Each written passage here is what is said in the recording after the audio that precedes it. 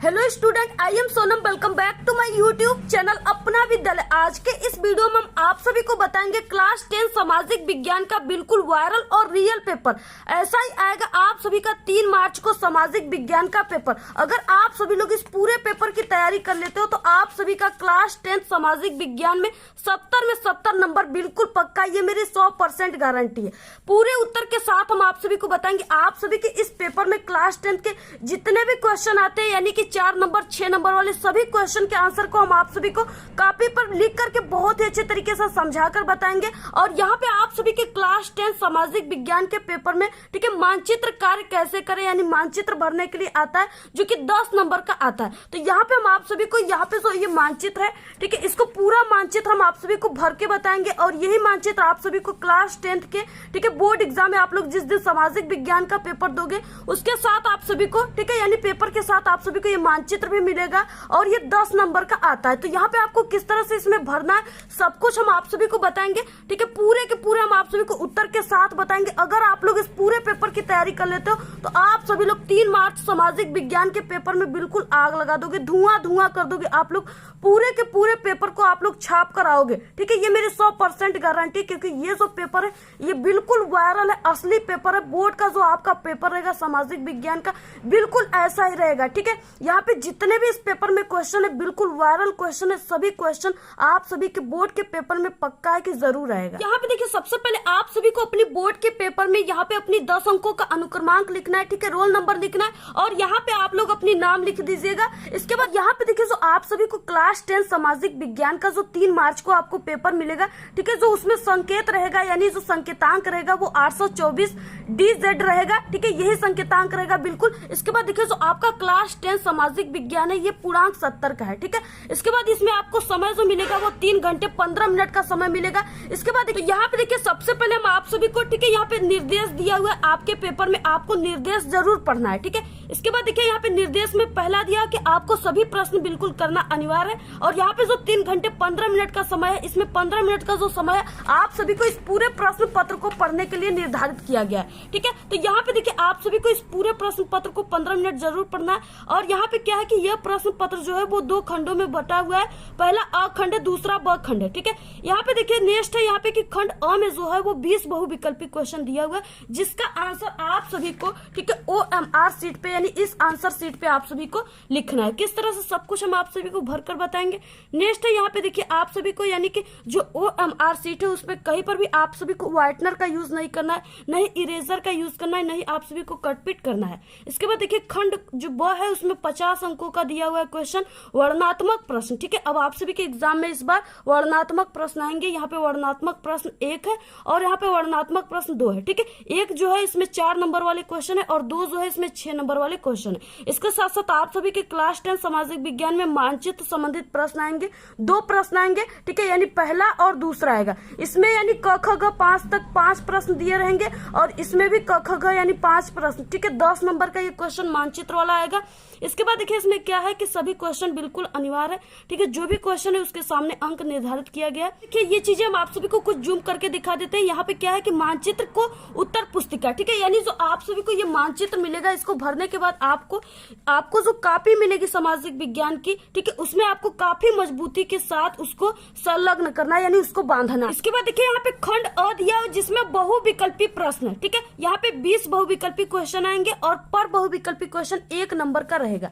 ठीक है, तो यहाँ पे देखिए क्या है सबसे पहले कि यहाँ पे निर्देश दिया हो कि निम्नलिखित विकल्पों में से सही उत्तर आप सभी को चुनकर लिखना है। तो यहाँ पे पहला क्वेश्चन दिया हुआ है, बहुत ही इंपॉर्टेंट है ये क्वेश्चन, बहुत ही वायरल क्वेश्चन है।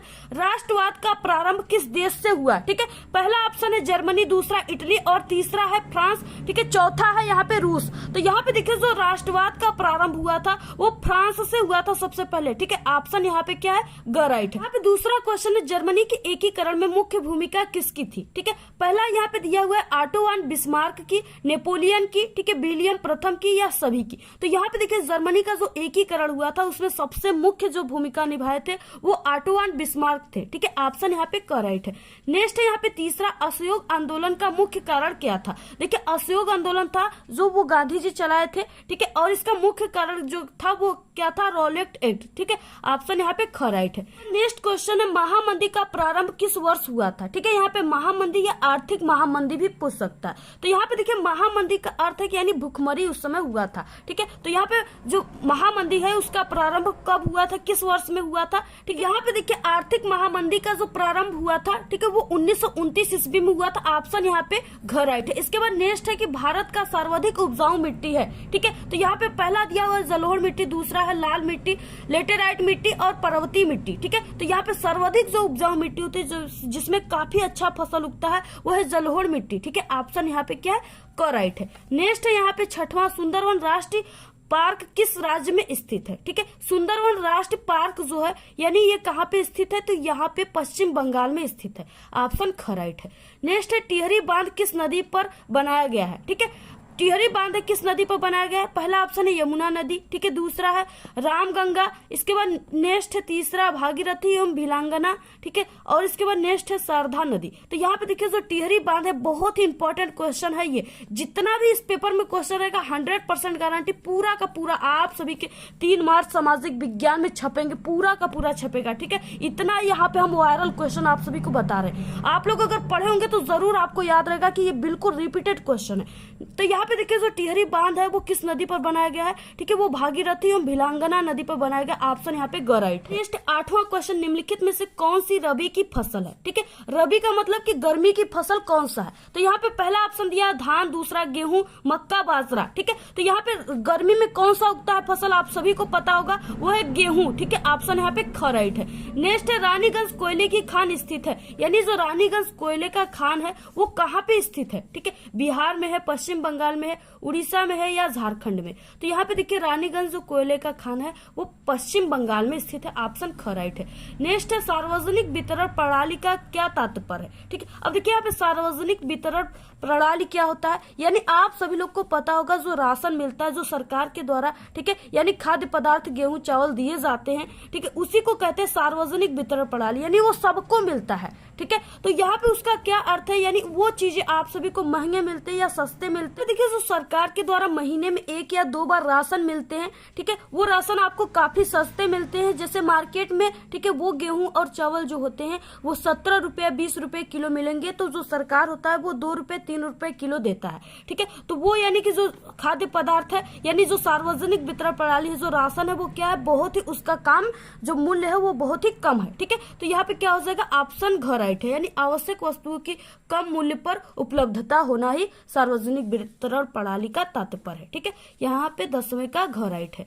नेक्स्ट है यहाँ पे 11 विदेशी व्यापार किसके मध्य होता है, यानी विदेशी व्यापार। ठीक है, विदेशी व्यापार का मतलब कि ये 2 देशों के मध्य होता है, जैसे भारत और ब्रिटेन के मध्य। ठीक है, तो यहाँ पे क्या हो जाएगा, ऑप्शन करेक्ट है, 2 देशों के मध्य होता है। यहाँ पे 12 क्वेश्चन है, निम्नलिखित में से कौन सा विषय राज्य सूची में नहीं है। ठीक है, पहला है पुलिस, दूसरा है कृषि और इसके बाद नेक्स्ट है सिंचाई, ठीक है, और मुद्रा। तो यहाँ पे देखिए ये जो पुलिस है और यहाँ पे सिंचाई है, ठीक है, कृषि है, ये सब क्या है, राज्य सूची में आते हैं। लेकिन यहाँ पे जो मुद्रा है ये क्या है, संघ सूची में आता है। ठीक है, तो यहाँ पे ऑप्शन यहाँ पे घ जो है वो राइट है।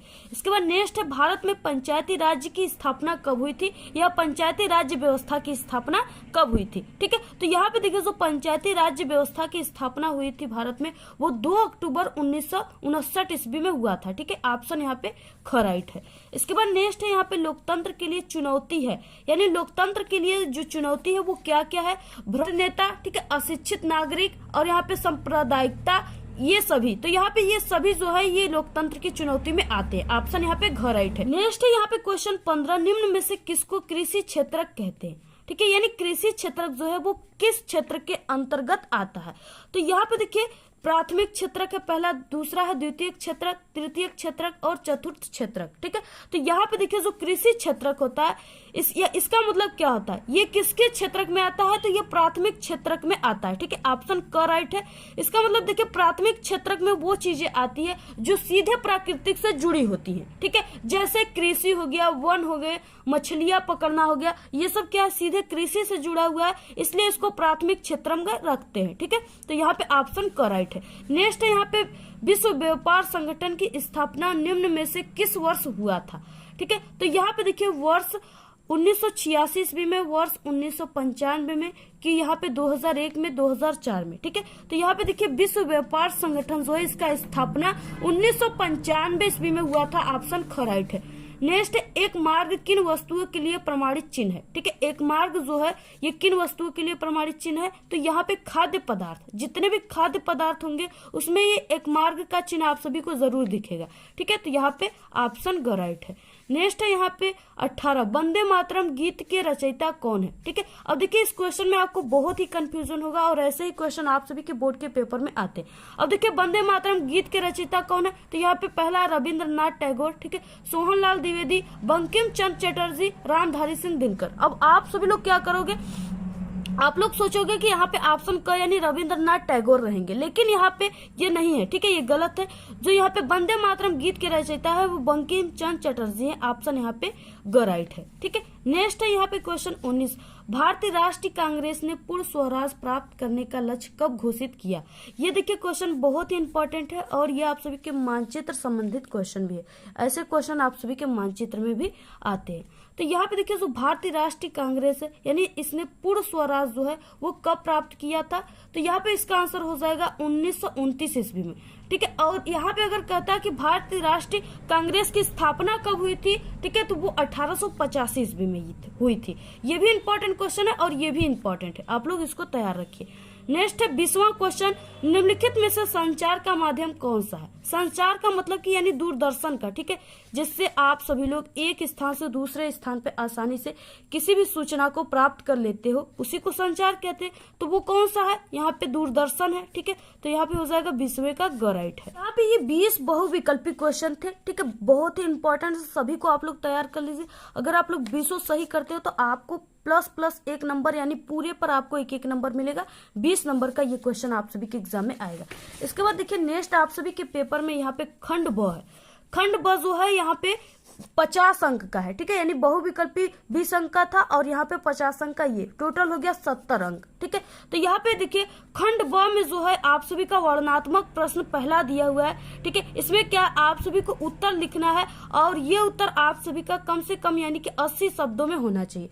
80 शब्द का मतलब आप सभी को 1.5 पेज लिखना है। इसका आंसर कितना लिखना है, 1 से आपको 1.5 पेज लिखना है, इससे थोड़ा भी आपको कम नहीं लिखना है। इसके बाद देखिए यहाँ पे पहला इसमें क्वेश्चन क्या और इसका आंसर आप सभी को किस तरह से लिखना है अपनी बोर्ड एग्जाम की कॉपी। पहला क्वेश्चन है फ्रांस की क्रांति कब शुरू हुई, ठीक है, उसका मुख्य कारण क्या था। ये क्वेश्चन 4 नंबर का है। यहाँ पे देखिए 2 क्वेश्चन इसमें, पहले आपको बहुत ही अच्छे तरीके से क्वेश्चन को पढ़ना है कि इस क्वेश्चन में कितने क्वेश्चन दिए हुए, ठीक है। पहला क्वेश्चन यहाँ पे फ्रांस की क्रांति कब शुरू हुई, इसका आंसर आपको लिखना है। दूसरा है इसका कारण, तो आपको कारण हेडिंग डालकर किस तरह से लिखना, सब कुछ हम आपको अभी लिख करके बताएंगे। और देखिए आप सभी को 2 क्वेश्चन है, दोनों का आंसर लिखोगे तभी आप सभी को 4 नंबर मिलेंगे, यानी 2 नंबर आप सभी को पहले क्वेश्चन पे और 2 नंबर दूसरे पे, टोटल 4 नंबर आपको मिलेंगे। अब देखिए इसका आंसर आपको लिखना किस तरह से अपनी बोर्ड एग्जाम की कॉपी में, जिसे देखकर टीचर आपको पूरे के पूरे 70 में 70 नंबर सामाजिक विज्ञान में दे, आपका एक भी नंबर कहीं से भी न। यहाँ पे देखिए सबसे पहले आपको इस क्वेश्चन का आंसर लिखने से पहले आपको सबसे पहले खंड ब लिखना है। आपको अपनी कॉपी के ऊपरी सिरे पे यहाँ पे आपको लिखना है खंड ब और इसके बाद यहाँ पे वर्णनात्मक प्रश्न 1 आपको यहाँ पे लिख देना है। तो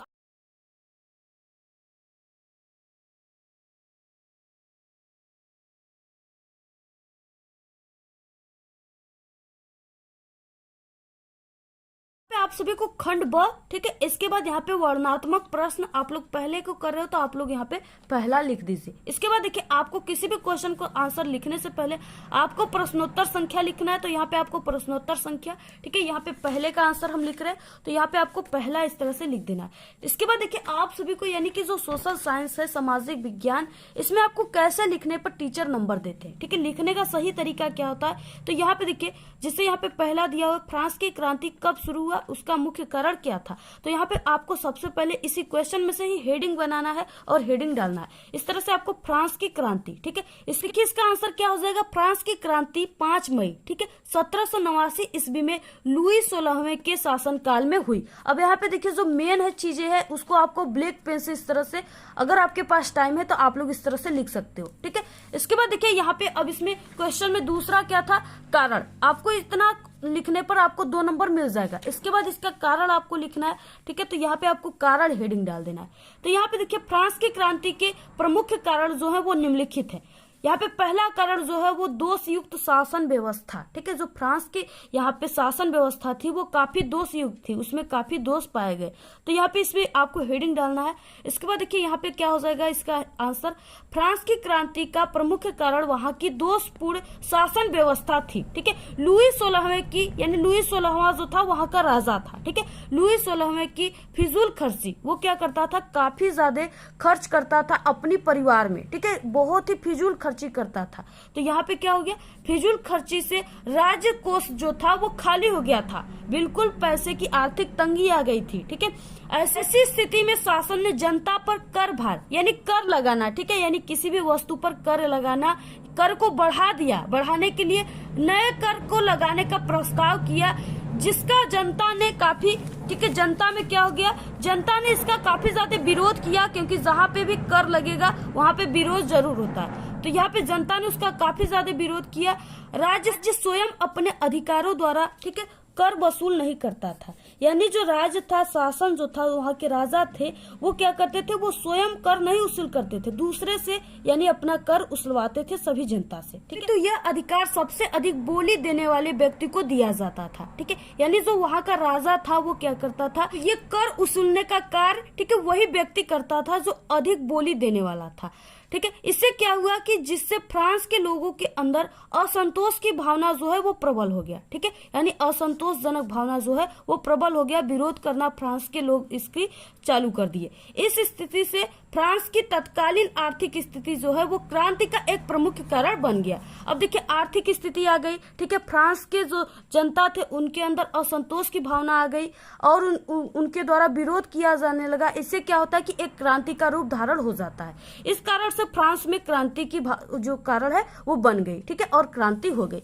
इसके बाद देखिए दूसरा कारण जो है वो सामाजिक असमानताएं हैं। ये भी बहुत ही मोस्ट इंपॉर्टेंट है, ठीक है, और आप सभी को 2 ही लिखना है, यानी पहला दोषपूर्ण शासन व्यवस्था और दूसरा है सामाजिक असमानता। अभी इसमें क्या है कि फ्रांस की क्रांति का एक महत्वपूर्ण जो कारण था वो सामाजिक असमानता थी, ठीक है। फ्रांस की क्रांति के समय समाज में 2 वर्गों में, यानी जो समाज था फ्रांस का वो 2 वर्गों में बटा था, विभाजित था। प्रथम वर्ग में क्या थे, कुलीन वर्ग थे। प्रथम वर्ग में कौन थे, कुलीन थे, ठीक है, और दूसरे में क्या था, पादरी वर्ग था। यानी कि ये जो पादरी वर्ग थे इससे कर का भुगतान नहीं लिया जाता था। जो पादरी वर्ग थे, ठीक है, इसमें क्या थे कि इसमें काफी अच्छे अच्छे लोग रहते थे। इससे क्या होता था, और काफी अमीर लोग रहते थे, ठीक है। इससे क्या होता था कि इस जो पादरी वर्ग है इससे कर का भुगतान नहीं लिया जाता था। और यहाँ पे जबकि दूसरा वर्ग यानी जो कुलीन वर्ग है इसमें क्या थे, इसमें गरीब लोग थे, किसान थे, श्रमिक थे, मजदूर थे, ठीक है। इससे क्या होता था कि इन लोगों से अत्यधिक कर लिया जाता था और भुगतान कराया जाता था, ठीक है। उनकी सामाजिक स्थिति भी ठीक नहीं थी। जो श्रमिक थे, किसान थे, उनकी सामाजिक स्थिति कैसे ठीक रहेगी, उनको तो हमेशा पैसे की तंगी रहती है, आर्थिक स्थिति उनकी बिल्कुल खराब रहती, उनसे ही अधिक कर लेने शुरू हो गया। इससे क्या हो गया कि सामाजिक असमानताओं का रूप धारण कर लिया। इस तरह से आप सभी को पहले क्वेश्चन का आंसर आपको इसी तरह से लिखना है। आप सभी को अपने बोर्ड एग्जाम में अगर आप लोग ऐसे लिखोगे इस तरह से जैसे हमने यहाँ पे लिखा है तो आपको पूरे के पूरे 4 नंबर देंगे टीचर, एक भी नंबर आपका नहीं कटे। तो देखिए इसमें अथवा दिया हुआ है, यानी आप लोग इस पहले क्वेश्चन को कीजिए या इसमें जो अथवा दिया है उस क्वेश्चन को कीजिए। आपको दोनों में से किसी एक को ही करना है। यहाँ पे है असहयोग आंदोलन के मुख्य कारण क्या थे, ये भी क्वेश्चन बहुत ही इंपॉर्टेंट है। और यहाँ पे देखिए ये वर्णनात्मक प्रश्न एक यानी 4 नंबर में भी आएगा ये क्वेश्चन, और ये क्वेश्चन जो है ये इतना इंपॉर्टेंट है, ये आपके 6 नंबर में भी ये क्वेश्चन आएगा, ठीक है। तो यहाँ पे देखिए असहयोग आंदोलन के मुख्य कारण क्या थे, तो यहाँ पे हम आप सभी को असहयोग आंदोलन के पूरे बारे में यानी पूरे 6 नंबर का क्वेश्चन बता देते हैं, क्योंकि ये 6 नंबर में भी आ सकता है और आप सभी के 4 नंबर में भी आया हुआ है, ठीक है। तो पूरा यहाँ पे हो जाएगा किस प्रकार आप सभी को असहयोग आंदोलन पूरा लिखना है, क्योंकि ये गांधी जी द्वारा चलाए गए 3 आंदोलन थे, ठीक है। पहला असहयोग आंदोलन था, दूसरा सविनय अवज्ञा और तीसरा भारत छोड़ो आंदोलन था। तो यहाँ पे हम आप सभी को असहयोग आंदोलन के बारे में बताएंगे। तो यहाँ पे देखिए किस तरह से हो जाएगा, ठीक है। तो जो महात्मा गांधी थे इन्होंने 3 आंदोलन चलाए थे। पहला आंदोलन था असहयोग आंदोलन, ठीक है, दूसरा सविनय अवज्ञा आंदोलन और तीसरा था भारत छोड़ो आंदोलन। तो आपको इस तरह से सबसे पहले लिख देना है। आपको असहयोग आंदोलन के सिर्फ बारे में लिखना है, उसका कारण लिखना है, परिणाम लिखना है और उसे क्यों स्थगित किया गया, ठीक है। है। तो आपको यहाँ पे असहयोग आंदोलन हेडिंग डाल देना है। अब देखिए असहयोग आंदोलन क्यों चलाया गया था। तो असहयोग आंदोलन 1 अगस्त 1920 को शुरू हुआ था, ठीक है, क्योंकि इसी दिन 1 अगस्त 1920 को बाल गंगाधर तिलक का निधन हो गया था। कांग्रेस ने गांधी जी के इस योजना को स्वीकार कर लिया, ठीक है, जब ब्रिटिश सरकार ने, यानी ब्रिटिश का मतलब हो गया अंग्रेज, ठीक है, अंग्रेज सरकार ने कांग्रेस की मांगों को मानने से इनकार कर दिया तथा जून 1920 में इलाहाबाद में, ठीक है, सर्वदलीय सभा ने और विद्यार्थियों ने सरकारी स्कूल और कॉलेजों को, ठीक है, और न्यायालयों में जाना बंद कर दिया था। इसलिए यहाँ पे असहयोग आंदोलन चलाया गया था, ठीक है। तो इस तरह से आप लोग यहाँ पे लिख दीजिएगा कि असहयोग आंदोलन क्यों चलाया गया, तो आपको यही लिखना है। और ये क्वेश्चन अगर आप लोग तैयार कर लिए तो ये 60 क्वेश्चन में भी आता है और आपके बहुविकल्पी क्वेश्चन में भी आएगा, ठीक है। यानी कि अगर आप लोग इस एक क्वेश्चन को, दीर्घोत्तरी क्वेश्चन को तैयार करोगे, ठीक है, तो आपका 10 नंबर बिल्कुल पक्का है। उससे लघुत्तरी क्वेश्चन भी बन जाते हैं, ठीक है, बहुविकल्पी और दीर्घोत्तरी क्वेश्चन भी बन जाते हैं। इसके बाद देखिए असहयोग आंदोलन का कारण पूछ रखा था क्वेश्चन में, तो आपको कारण भी लिखना है, यानी जितना बड़ा क्वेश्चन है पूरे क्वेश्चन का आंसर लिखोगे तभी आपको 6 नंबर पूरे के पूरे टीचर देंगे, ठीक है। तो यहाँ पे असहयोग आंदोलन का कारण क्या था, तो इस तरह से आपको हेडिंग डाल देना है। तो यहाँ पे देखिए असहयोग आंदोलन के मुख्य 3 कारण थे। पहला था स्वराज्य की प्राप्ति करना, ठीक है, दूसरा था खिलाफत का मुद्दा लेकर सरकार पर दबाव डालना, यानी जो खिलाफत आंदोलन शुरू हुआ था, ठीक है। इसके बाद तीसरा था पंजाब में सरकार की बर्बर कार्रवाई के खिलाफ न्याय प्राप्त करना। चौथा था रॉलेट एक्ट और जलियांवाला बाग हत्याकांड जो कि 1919 ईस्वी में अमृतसर में हुआ था, ठीक है। तो ये थे इनके असहयोग आंदोलन के कारण। तो यहाँ पे हमने आपको 4 कारण बताया, आपको 3 कारण ही जो इसमें से सरल है उसको याद कर लेना है। बाद आपको हेडिंग डालना है असहयोग आंदोलन वापस क्यों लिया गया या असहयोग आंदोलन को स्थगित क्यों किया गया, ठीक है। तो यहाँ पे देखिए गांधी जी ने 1920 में असहयोग आंदोलन शुरू किया था। ये भी सन भी आपको तैयार कर लेना है कि कब असहयोग आंदोलन शुरू हुआ था, ठीक है। परंतु 5 फरवरी 1922 में गोरखपुर के चौरी चौरा में हिंसक घटना घटित हुआ, ठीक है, यानी कि जो गोरखपुर में चौरी चौरा नामक स्थान है, यानी जो जेल था, उसमें 5 फरवरी, ठीक है, 1922 में एक घटना घटित हो गया जिसमें जो पुलिस वाले थे वो जिंदा जल गए थे, ठीक है। तो आगे हम आपको बताते हैं। हिंसक घटना घटित हुआ जिसके तहत भीड़ ने पुलिस थाने को आग लगा दी, ठीक है, जिसमें थानेदार सहित यानी 22 पुलिसकर्मी जो है वो जिंदा जलकर मर गए थे, ठीक है। इस घटना को देखते हुए महात्मा गांधी ने असहयोग आंदोलन को वापस लेने का निर्णय किया, ठीक है, या वापस ले लिया। तो इस कारण से जो महात्मा गांधी थे वो अपने इस असहयोग आंदोलन को स्थगित कर दिए थे, यानी वापस ले लिए थे, क्योंकि इसमें पुलिस वाले क्या हुए थे, जलकर मर गए थे इस कारण से। इसके बाद देखिए असहयोग आंदोलन का परिणाम क्या था, ये बहुत ही इंपॉर्टेंट है, ठीक है। आपके लघुत्तरी क्वेश्चन में भी पूछ लेता है कि असहयोग आंदोलन का परिणाम क्या था, तो अगर आप लोग को तैयार रहेगा तभी आप लोग लिख पाओगे। तो यहाँ पे देखिए असहयोग आंदोलन का परिणाम क्या था। इससे पहले हम आपको बता दें कि अगर आपको इतनी बड़ी क्वेश्चन नहीं याद होती है, तो अगर आपको इस टॉपिक पे वीडियो चाहिए कि सामाजिक विज्ञान में दीर्घोत्तरी क्वेश्चन को या लघुत्तरी क्वेश्चन को ट्रिक से कैसे लिखें, तो आप लोग जरूर कमेंट कीजिएगा, हम आपको तुरंत वीडियो प्रोवाइड करा देंगे, ठीक है। तो यहाँ पे देखिए असहयोग आंदोलन का परिणाम क्या था। तो यहाँ पे पहला है कि इस आंदोलन ने जनता को निर्भीक बना दिया, ठीक है, यानी कोई न कोई आंदोलन होता है तो उससे जनता को सीख मिलता है, निर्भीक बना देता है, वो निडर हो जाता है, ठीक है। तो वही असहयोग आंदोलन से भी हुआ। नेक्स्ट दूसरा, असहयोग आंदोलन के माध्यम से गांधी जी ने राष्ट्रीय आंदोलन को जन आंदोलन में परिवर्तन किया, यानी जो राष्ट्रीय आंदोलन था, ठीक है, इस आंदोलन के होने के बाद वो आंदोलन जन आंदोलन में परिवर्तन हो गया, यानी जन आंदोलन का मतलब कि जनता के आंदोलन में परिवर्तन हो गया, ठीक है। तीसरा है स्वदेशी वस्तुओं को बढ़ावा दिया गया था तथा विदेशी वस्तुओं का बहिष्कार किया गया। अब जब असहयोग आंदोलन नहीं हुआ था, ठीक है, तो क्या होता था कि भारतीय लोग विदेशी वस्तुओं का ज्यादा से ज्यादा इस्तेमाल करते थे और सभी लोग। जब ये असहयोग आंदोलन हो गया तो लोग क्या करने लगे, भारतीय लोग, कि स्वदेशी जो अपने देश में होता था सामान, कपड़े वगैरह, ठीक है, खादी के, उन सब चीजों का यूज करने लगे और जो विदेश के जो अंग्रेजों के सामान थे उसका बहिष्कार करने लगे। दूसरा क्वेश्चन, सतह की क्षैतिज वितरण का अर्थ स्पष्ट कीजिए। साथ ही भारत के संदर्भ में उदाहरण प्रस्तुत कीजिए। ठीक है, ये भी 4 नंबर का क्वेश्चन है यहाँ पे। तो इसका आंसर आपको किस तरह से लिखना है, यहाँ पे देखिए आप सभी को इस तरह से प्रश्नोत्तर संख्या, ठीक है, दूसरा हम करें तो आपको दूसरा लिख देना है। इसके बाद देखिए यहाँ पे सतह की क्षैतिज वितरण, यानी जो आप सभी का क्वेश्चन में दिया उसी को आपको आगे का जो लाइन है यहाँ पे हेडिंग के रूप में लिख देना है। तो यहाँ पे इसमें पहला क्या हो जाएगा, जब शासन के विभिन्न अंग जैसे विधायिका, कार्यपालिका और न्यायपालिका के बीच, ठीक है, सत्ता के बंटवारे की व्यवस्था हो तब इसे सत्ता का क्षैतिज वितरण कहते हैं। ठीक है, ये आप सभी का जो नागरिक शास्त्र है उस पार्ट से ये क्वेश्चन है। इसके बाद इसमें दूसरा क्या, अब देखिए आपको एक लाइन यहाँ पे गैप देने के बाद यहाँ पे आपको दूसरा लिखना है।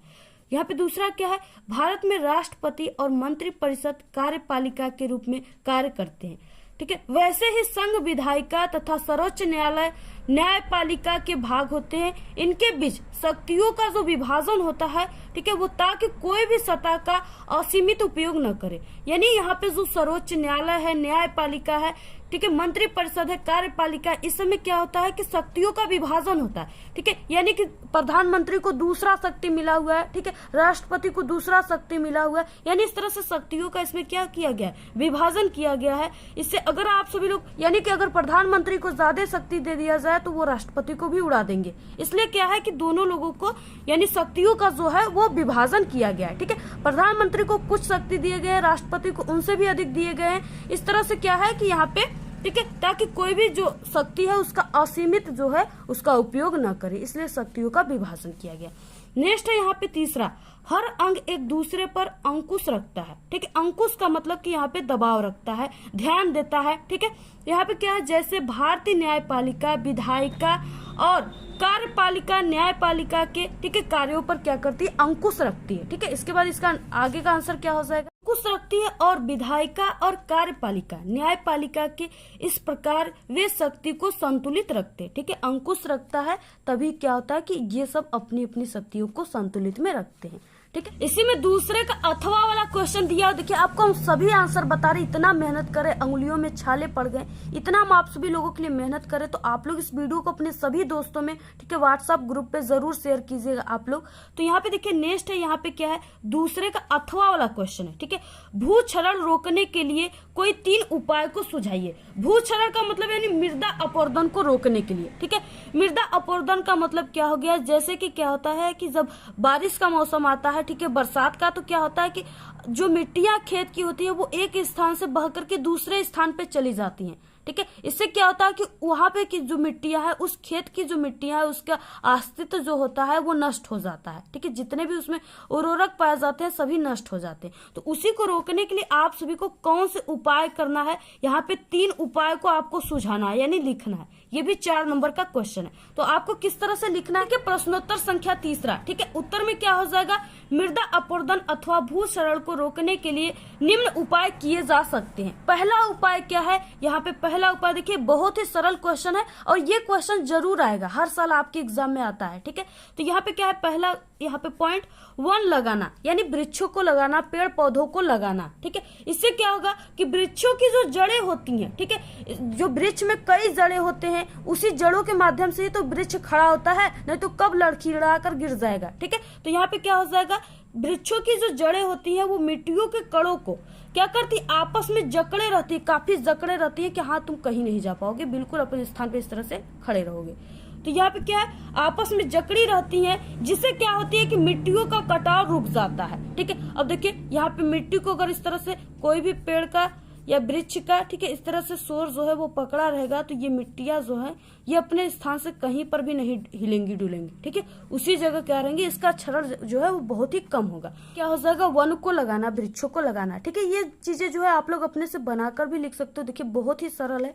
ठीक है, आप लोग इसको दैनिक जीवन में डेली देख रहे हो, पेड़ पौधे, आप सभी लोग खेती बाड़ी आपके घर होता होगा तो आप लोग ये भी जानते होंगे।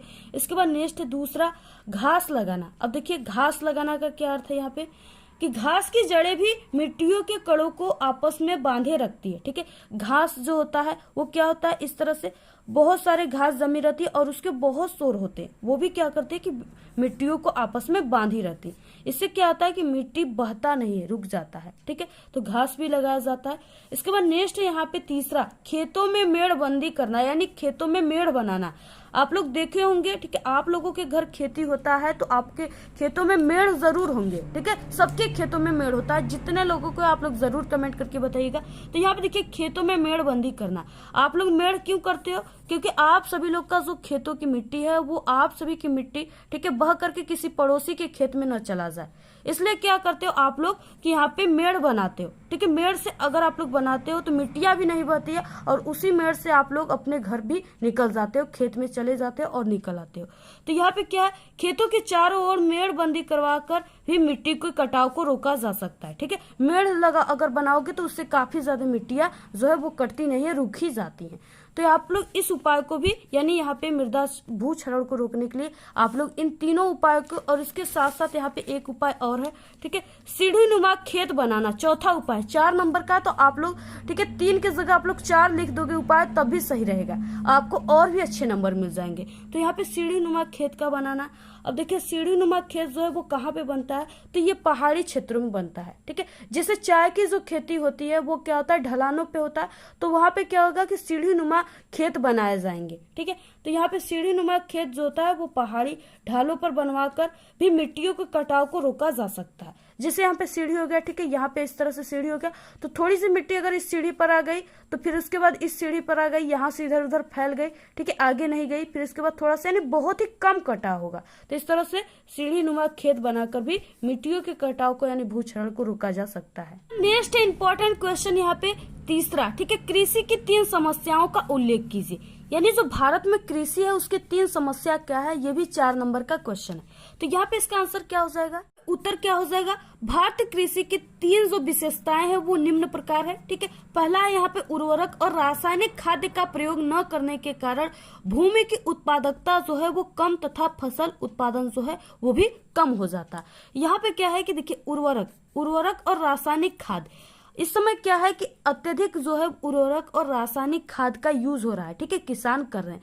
तो यहाँ पे क्या है कि जो भारतीय किसान है वो काफी गरीब है। ठीक है, वो क्या करते हैं कि अपने जीवोपार्जन करने के लिए, अपने परिवार को चलाने के लिए वो क्या करते हैं, खेती करते हैं। उनको बहुत ही घाटा होता है लेकिन फिर भी वो खेती करते हैं। तो वो क्या करते हैं, यहाँ पे उर्वरक और रासायनिक खाद्य का प्रयोग नहीं करते, क्योंकि इतना पैसा ही नहीं होता है कि वो अच्छे से अच्छे उर्वरक यानी दवाइयां यूज करें। ठीक है, कीटनाशक यूज करे, टॉनिक जो होता है वो सब यूज करे, और अच्छी से अच्छी रासायनिक खाद का यूज करे, जिससे जो उनकी उत्पादकता है, उनकी खेतों की उत्पादकता है वो काफी बड़ा हो। ठीक है, यानी जो टमाटर इतना बड़ा होता है वो टमाटर इतना बड़ा बड़ा फरे, ठीक है, अच्छे तरीके से फरे, और क्या होता है, सड़े ना, यानी कीटनाशक उसमें कीट न लगे। ऐसे वो दवाइयों का यूज, इतना पैसा उस किसान के पास नहीं होता है, भारतीय किसान के पास, जो इतने अच्छे अच्छे उर्वरक और रासायनिक खाद का यूज करके अपनी खेतों की उत्पादकता को बढ़ाए। ठीक है, इससे क्या होता है, अगर वो उर्वरक और रासायनिक खाद का यूज नहीं करेगा तो उसके जो फसल होंगे वो बहुत ही कम उगेंगे। ठीक है, इससे क्या होता है, जैसे आप लोग देखिए, जैसे कहीं भी खेती होता है, ठीक है, तो क्या होता है कि अगर एक किसान जो है वो अपनी खेतों में काफी ज्यादा, उसके पास थोड़ी पैसा है, वो उर्वरक वगैरह डाल रहा है, तो उसमें क्या होगा कि आपके खेतों की अपेक्षा उस खेतों में ज्यादा फसल उगेंगे। ठीक है, खेतों की जो उत्पादकता होगी वो काफी अच्छी रहेगी, क्योंकि वो उर्वरक और रासायनिक खाद का यूज कर रहा है। तो आपके खेतों की अपेक्षा उसके खेतों में अच्छे फल निकलेंगे, अच्छे फसल उगेंगे। ठीक है, और काफी ज्यादा मात्रा में उगेगी। तो इस तरह से, यानी कि यहाँ पे जो भारतीय कृषि की है, पहला विशेषता ये है। दूसरा यहाँ पे क्या है कि भारतीय कृषि प्रायः मानसून, वर्षा, मृदा की प्रकृति, ठीक है, उर्वरता तथा अन्य पर्यावरणीय तत्वों पर निर्भर करती है। यहाँ पे क्या है कि जो भारतीय कृषि किसान है, ठीक है, जो भारतीय कृषि करते हैं वो क्या है कि वो भगवान पे निर्भर करते हैं। ठीक है, यानी अगर उनका बारिश, भगवान पे भरोसा करते, अगर बारिश नहीं होगी तो उनकी फसल अच्छा नहीं होगी। ठीक है, क्योंकि उनके पास इतना पैसे नहीं है जिससे कि वो अच्छे से अच्छे आधुनिक चीजों का यूज करे। ठीक है, अच्छे से अच्छे पानी का यूज करे, यानी इस तरह से छिड़काव पानी अच्छे तरीके से करे। ठीक है, आधुनिक छिड़काव के तरीकों का यूज करे, इतने पैसे उनके पास नहीं है। इसलिए वो क्या करते हैं, भगवान पे भरोसा करते हैं, और वो सोचते हैं कि हाँ, बारिश का भगवान कर दे, जिससे हमारे जो फसल है वो काफी अच्छे तरीके से हो जाए। तो यहाँ पे क्या है, इस तरह से दूसरा विशेषता है। इसके बाद तीसरा विशेषता क्या है कि भारत के किसान का जीवन स्तर जो है वो निम्न है, यानी वो बहुत ही गरीब है। जो भारत के किसान है वो काफी गरीबी रेखा में जी रहे हैं, होने के कारण ये लोग आधुनिक कृषि नहीं कर सकते। इसमें क्या है कि भारत में काफी ज्यादा गरीबी है और यहाँ के किसान सबसे ज्यादा गरीब है।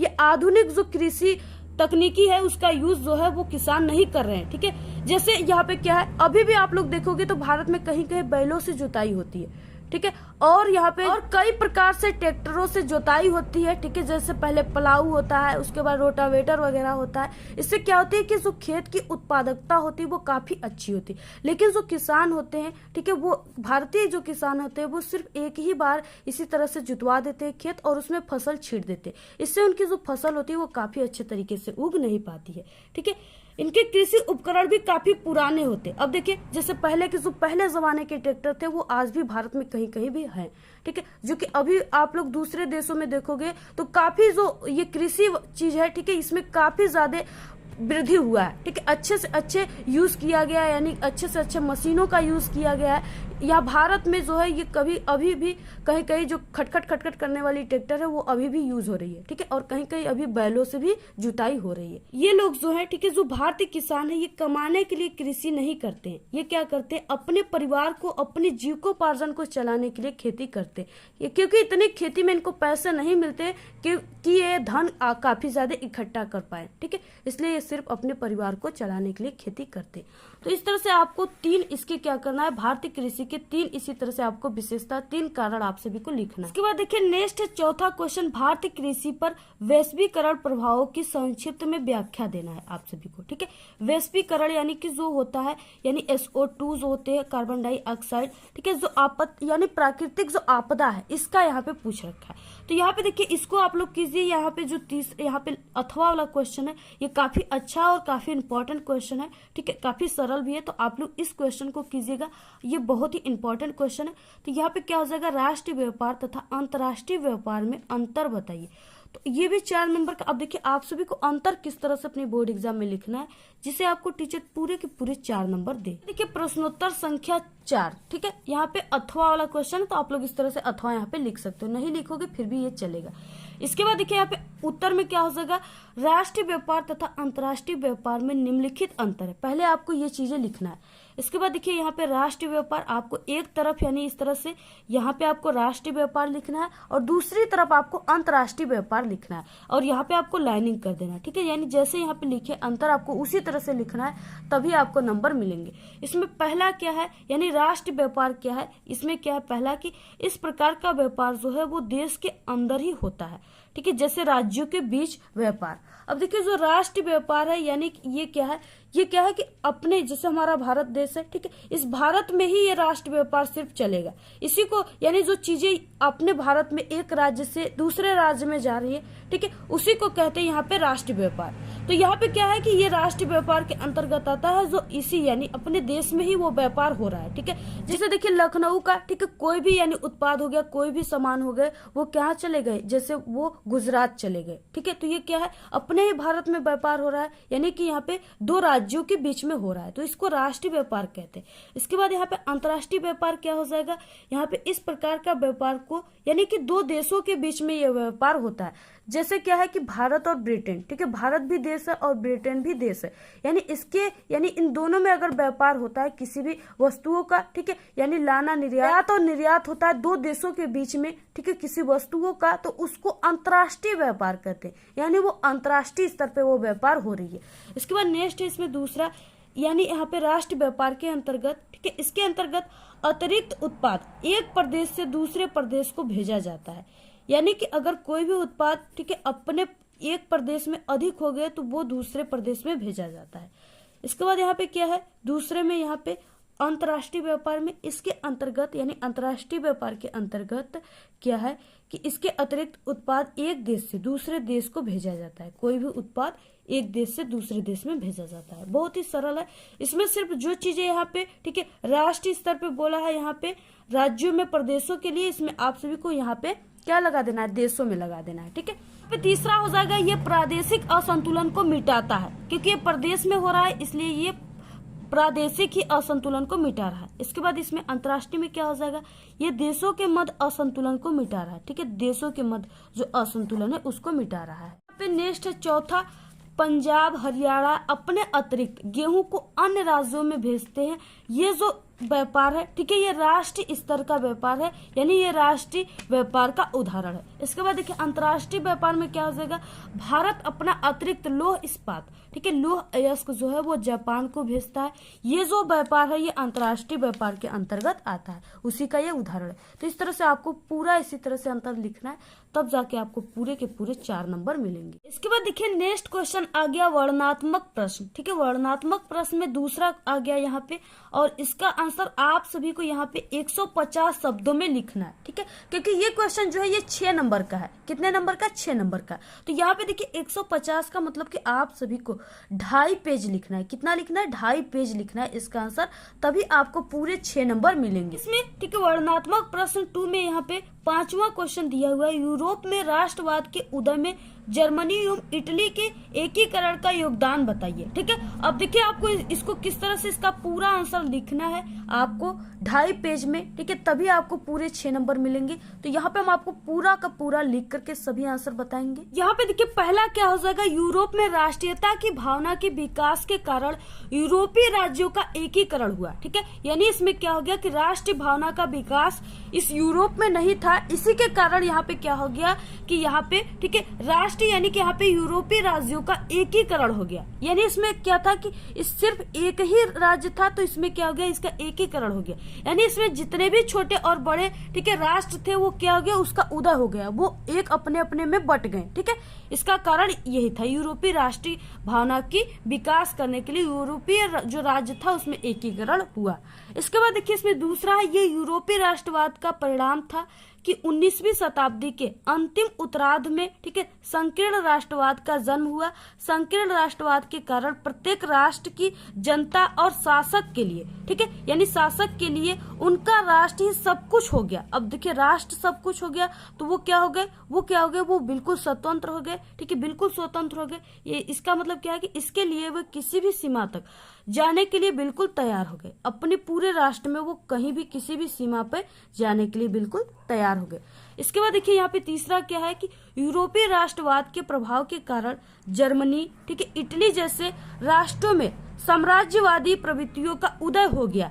इस प्रवृत्ति ने एशियाई एवं अफ्रीका देशों को अपना निशाना बना लिया। ठीक है, काफी शक्तिशाली हो गया, तो हाँ अब निशाना बना दिया, हाँ जहां भी मिलोगे उड़ा देंगे बिल्कुल। ठीक है, तो इस तरह से यानी वो क्या कर दिया, निशाना बना लिया। चौथा क्या हो गया, यूरोपीय राष्ट्रवाद का प्रभाव अफ्रीका एवं एशियाई उपनिवेशों में पड़ा। ठीक है, इन उपनिवेशों में विदेशी शासन से मुक्ति के लिए स्वतंत्रता आंदोलन प्रारंभ हो गया। 19वीं शताब्दी में यूरोपीय महाद्वीप में राष्ट्रवाद की एक लहर चली, जिसने यूरोपीय देशों का कायाकल्प कर दिया। ठीक है, यानी पूरा काया ही पलट दिया। जर्मनी, इटली, रोमानिया आदि नवनिर्मित देश कई क्षेत्रों, ठीक है, राज्यों को मिलाकर बने, जिनकी राष्ट्रीय पहचान समान थी। यूनान, पोलैंड, बल्गेरिया आदि स्वतंत्र होकर राष्ट्र बन गए। राष्ट्रवादी चेतना का उदय यूरोप में पुनर्जागरण काल से ही शुरू हो गया। ठीक है, यानी फिर से जीवित होना, पुनर्जागरण का मतलब, तो यहाँ पे पुनर्जागरण काल से ही शुरू हो चुका था, परंतु यहाँ पे 1700, ठीक है, 89 ईस्वी में, यानी जब फ्रांस की क्रांति हुई थी 1789 ईस्वी के फ्रांसीसी क्रांति में यह सशक्त रूप लेकर के प्रकट हो गई। ठीक है, बिल्कुल प्रकट हो गई। इसके बाद क्या हो गया, 18वीं सदी में कई देश जैसे जर्मनी, इटली तथा स्विट्जरलैंड आदि उस रूप में नहीं था जैसे कि आज हम इन्हें देखते हैं। ठीक है, 18वीं सदी के मध्य जर्मनी, इटली और स्विट्जरलैंड, ठीक है, राजशाहियों, डचों और कैंटनों में बटे हुए थे।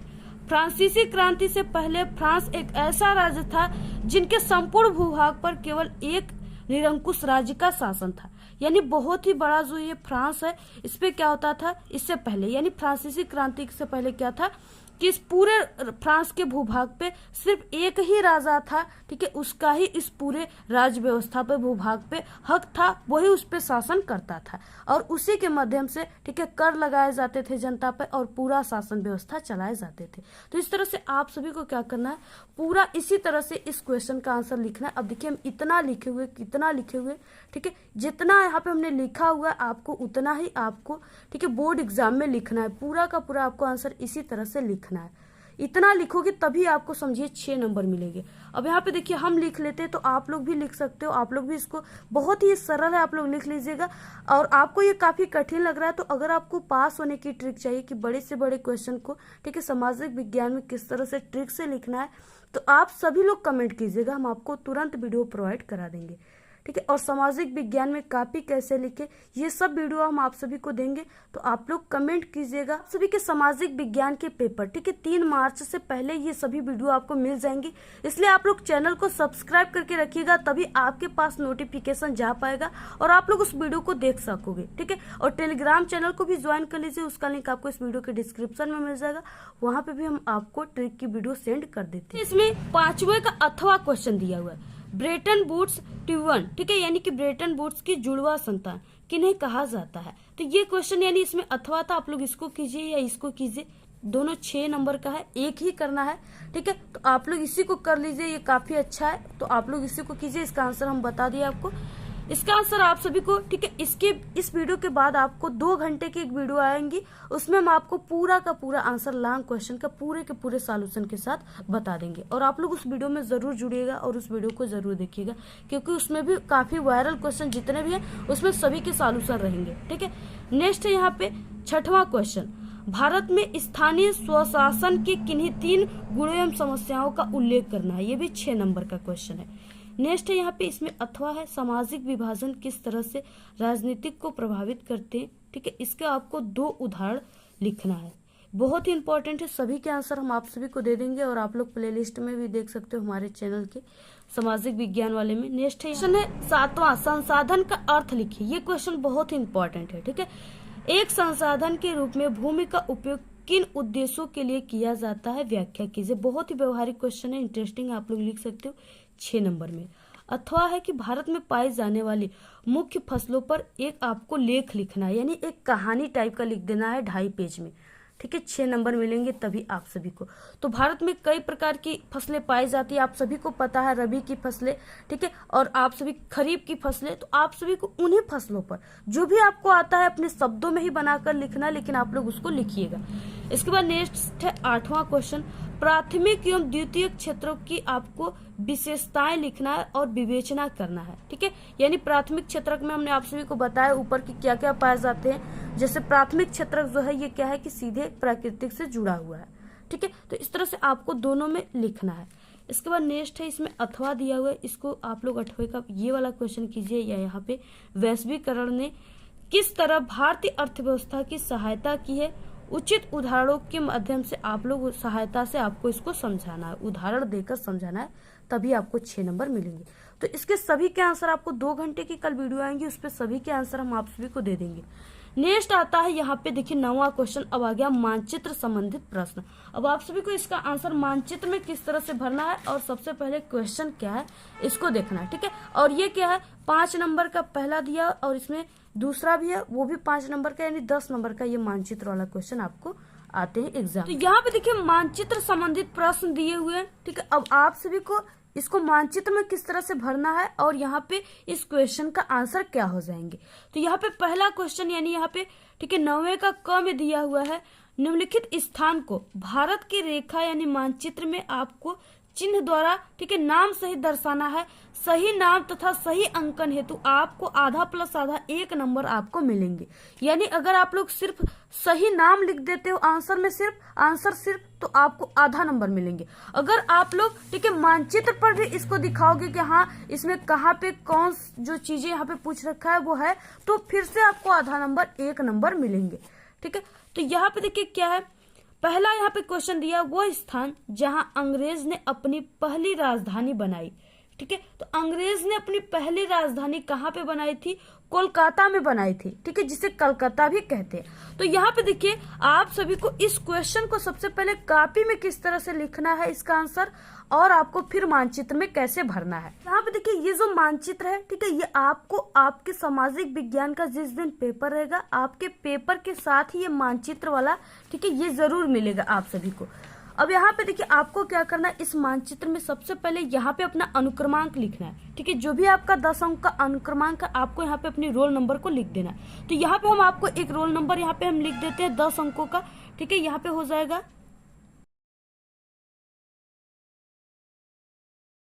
10 अंकों का अनुक्रमांक लिखना है। इसके बाद यहाँ पे क्लास लिख देना है, ठीक है। तो क्लास आप लोग 10th में हो।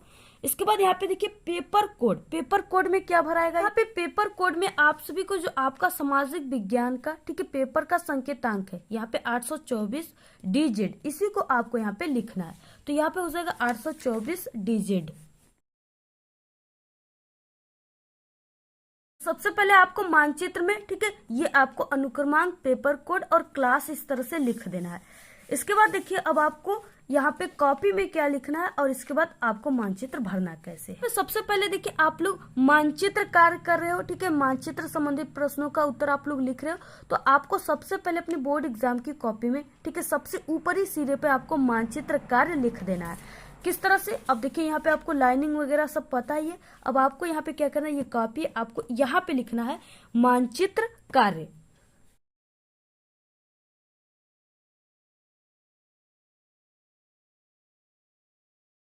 आपको मानचित्र कार्य लिख देना इस तरह से, जैसे यहाँ पे हमने लिखा हुआ।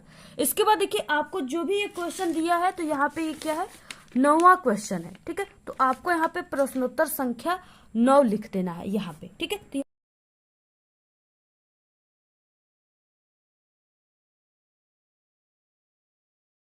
तो प्रश्नोत्तर संख्या इस तरह से 9 लिख देना है। और इसके बाद देखिए यहाँ पे क्या है, यहाँ पे ये जो क्वेश्चन है मानचित्र संबंधित, इसमें पहले के क में यानी यहाँ पे क ख ग घ अंग इस तरह से दिया हुआ है, ठीक है। तो आपको यहाँ पे पहले इस तरह से लिख देना है, यहाँ पे एक एक लाइन का गैप देकर आपको इस तरह से लिख देना है। अब इसके बाद देखिए जो क्वेश्चन है उसका आंसर जो होगा आपको यहाँ पे कॉपी में भी लिखना है, ठीक है। यानी पहले का अगर क जो है वो कोलकाता है, तो यहाँ पे आपको कॉपी में भी कोलकाता लिखना है और आप सभी को इस मानचित्र में भी भरना है, ठीक है। तो अब यहाँ पे देखिए इसमें पहला क्वेश्चन क्या है, कोलकाता में बनाए थे जिसे कलकत्ता भी कहते हैं। तो यहाँ पे देखिए अब आपको मानचित्र में किस तरह से भरना है, कहाँ पर ये कोलकाता है, ठीक है। तो यहाँ देखिए भारत के इस पूरे मानचित्र में जो कोलकाता है, ठीक है, यानी जहाँ पे अंग्रेज जो थे वो अपनी पहली राजधानी बनाए थे, उसको कोलकाता या कलकत्ता भी कहते हैं।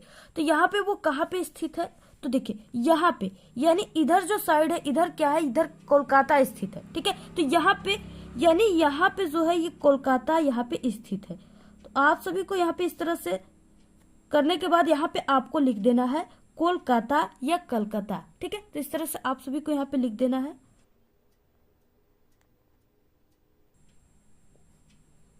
इस तरह से यहाँ पे आपको कोलकाता लिख देना है। इसके बाद आपको यही चीजों को आंसर में अपने कॉपी में भी लिखना है। तो यहाँ पे हम क वाले क्वेश्चन को कर रहे हैं, तो यहाँ पे आपको लिख देना है कोलकाता या कलकत्ता। इस तरह से आपको कोलकाता, ठीक है, या इसको आप लोग कलकत्ता भी लिख सकते हो। क्वेश्चन है वह स्थान जहाँ चोरी चोरा कांड हुआ, ठीक है। यहाँ पे देखिए जो चोरी चोरा कांड हुआ था जिसमें 22 पुलिसकर्मी जो है वो जिंदा जलकर मर गए थे थाने में, ठीक है। तो यहाँ पे जो चोरी चोरा कांड हुआ था वो कहाँ हुआ था, भारत में यानी कि गोरखपुर में हुआ था। कहाँ पे हुआ था, गोरखपुर में, ठीक है। तो गोरखपुर जो है वो कहाँ पे भारत के इस नक्शे में स्थित है।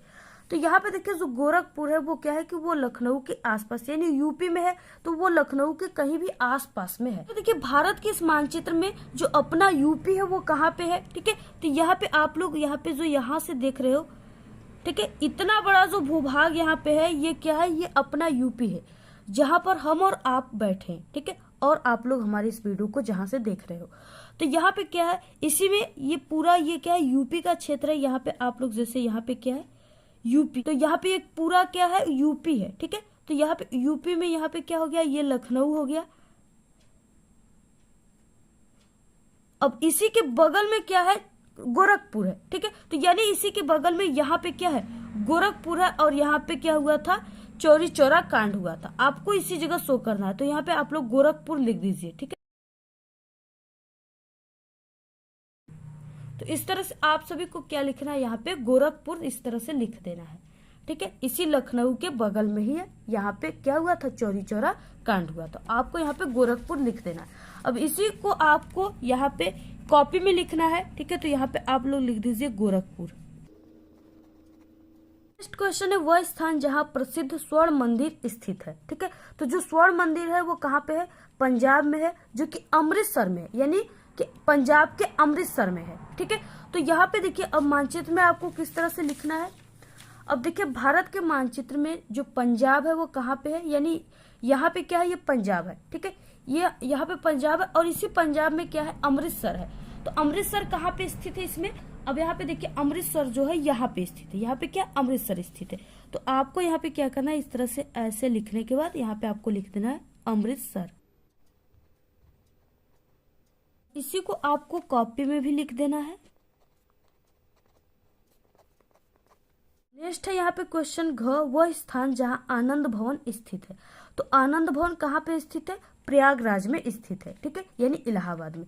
तो यहाँ पे आप सभी को दर्शाना है इस मानचित्र में कि कहाँ पे इलाहाबाद है।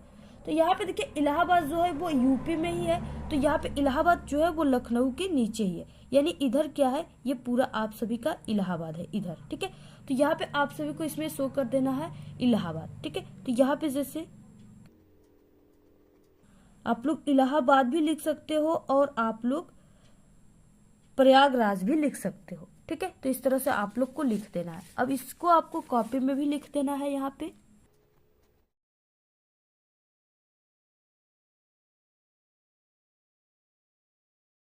नेक्स्ट है यहाँ पे पांचवा क्वेश्चन वह स्थान जहाँ भारतीय राष्ट्रीय कांग्रेस का प्रथम अधिवेशन हुआ था, ठीक है। तो वो कहाँ पे हुआ था, मुंबई में। अब यहाँ पे मुंबई कहाँ पे है, ठीक है। तो यहाँ पे आप लोग देख रहे हो ये क्या है, ये डायनासोर के मुंह की तरह है, ठीक है। ये क्या है, डायनासोर के मुंह की तरह।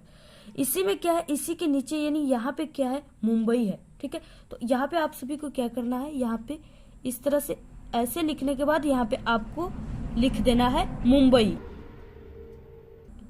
यानी जो प्रथम अधिवेशन हुआ था कांग्रेस का वो मुंबई में हुआ था।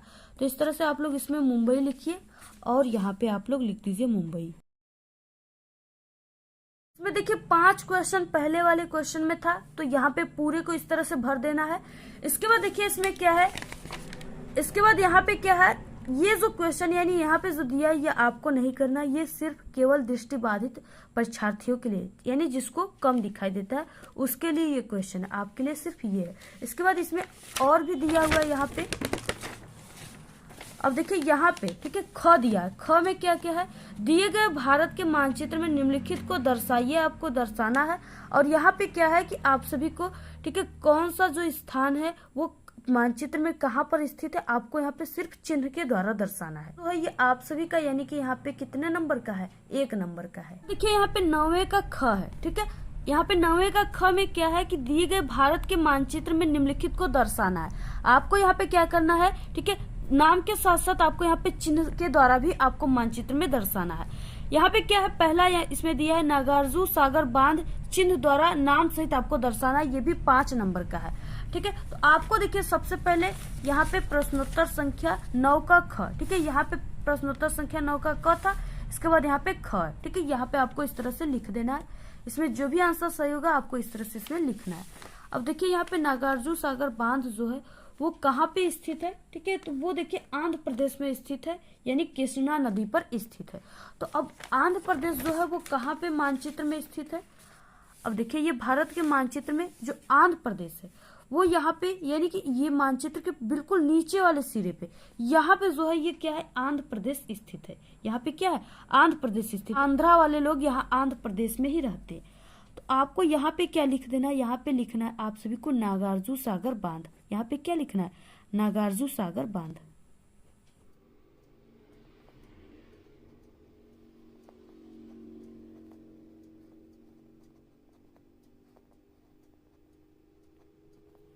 पे आपको मानचित्र में, ठीक है, यहाँ पे ये आंध्र प्रदेश है, आंध्र प्रदेश में क्या है, नागार्जुन सागर बांध स्थित है। तो आपको इस तरह से यहाँ पे क्या करना है, यहाँ पे आपको इस तरह से संकेत देकर के यहाँ से आपको इस तरह से लाइन ले जाकर यहाँ पे आपको लिख देना है, यहाँ पे जगह नहीं रहेगा तब। ठीक है, अब देखिए आपको यहाँ पे क्या लिखना है, यहाँ पे आपको लिखना है आंध्र प्रदेश। यहाँ पे आपको आंध्र प्रदेश लिखना है। अगर आपको नदी का नाम पता है तो यहाँ पे आप लोग नदी का भी नाम लिख सकते हैं। देखिए आप सभी के क्वेश्चन में नागार्जुन सागर बांध जो है आपको इस सिंबल से दिखाना है। ठीक है, यानी इस चिन्ह से आपको दिखाना है। तो यहाँ पे देखिए, यहाँ पे क्या हो जाएगा, नागार्जुन सागर बांध यानी यहाँ पे स्थित है, तो यहाँ पे आपको वो सिंबल बना देना है इस तरह से। ठीक है, यानी इस वाले सिंबल से नागार्जुन सागर बांध को दिखाया गया, तो आपको इस तरह से मानचित्र में बना देना है। इसके बाद देखिए नेक्स्ट क्वेश्चन है इसमें कि बॉक्साइट उत्पादन का एक क्षेत्र। ठीक है, आपको ये जो चिन्ह दिया है प्लस प्लस, इसके द्वारा आपको मानचित्र में दर्शाना है। ठीक है, तो यहाँ पे देखिए जो बॉक्साइट उत्पादन का क्षेत्र है वो क्या है, उड़ीसा है। उड़ीसा क्या बॉक्साइट उत्पाद करता है।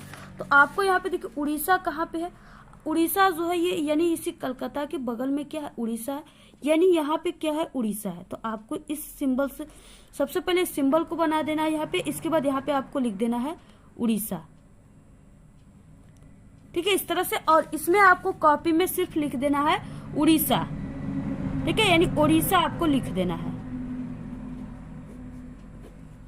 तो अगर आप लोग देखिए इसमें भी दिखाओगे, दर्शाओगे इस तरह से सिंबल से, और यहाँ पे भी लिखोगे, तो आधा नंबर आपको यहाँ पे लिखने का मिलेगा, और आधा नंबर आप लोग इसमें शो करते हो कहाँ पे स्थित है, तो उसका आधा नंबर, यानी 1 नंबर आपको इससे एक क्वेश्चन पे मिलेगा। तो नेक्स्ट है यहाँ पे तीसरा हैदराबाद नगर। ठीक है, हैदराबाद नगर को आपको यहाँ पे जो सिंबल दिया है यहाँ पे, ठीक है, इसी सिंबल से आपको दिखाना है चिन्ह द्वारा नाम से। अब देखिए मानचित्र में हैदराबाद कहाँ पे स्थित, देखिए मानचित्र में ये जो आप सभी को ये दिख रहा है, ठीक है, ये पूरा क्या है, हैदराबाद है, यानी इसी में क्या है, ये क्या है, पूरा हैदराबाद है। ठीक है, तो इसी में क्या है, हैदराबाद है। तो यहाँ पे हैदराबाद को आपको इस तरह से गोल वाले सिंबल से दिखाना है। अब यहाँ पे लिख देना है हैदराबाद।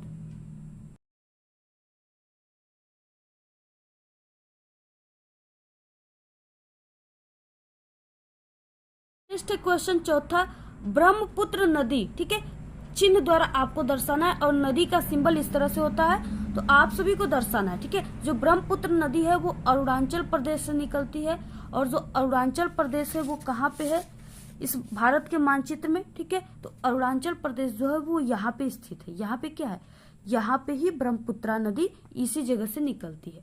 तो आप सभी को यहाँ पे लिख देना है ब्रह्मपुत्रा नदी।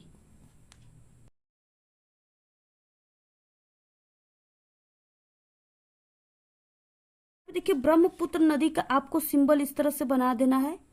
यहाँ पे क्या है, ये ब्रह्मपुत्र नदी का सिंबल है। ठीक है, इसी तरह से आपको क्या करना है, सिंबल यहाँ पे बनाकर तब यहाँ पे ब्रह्मपुत्र नदी लिखना है। इसके बाद नेक्स्ट क्वेश्चन है इसमें पांचवा, कपास उत्पादन का एक क्षेत्र। आपको यहाँ पे जो सिंबल दिया है उसी से आपको शो करना है।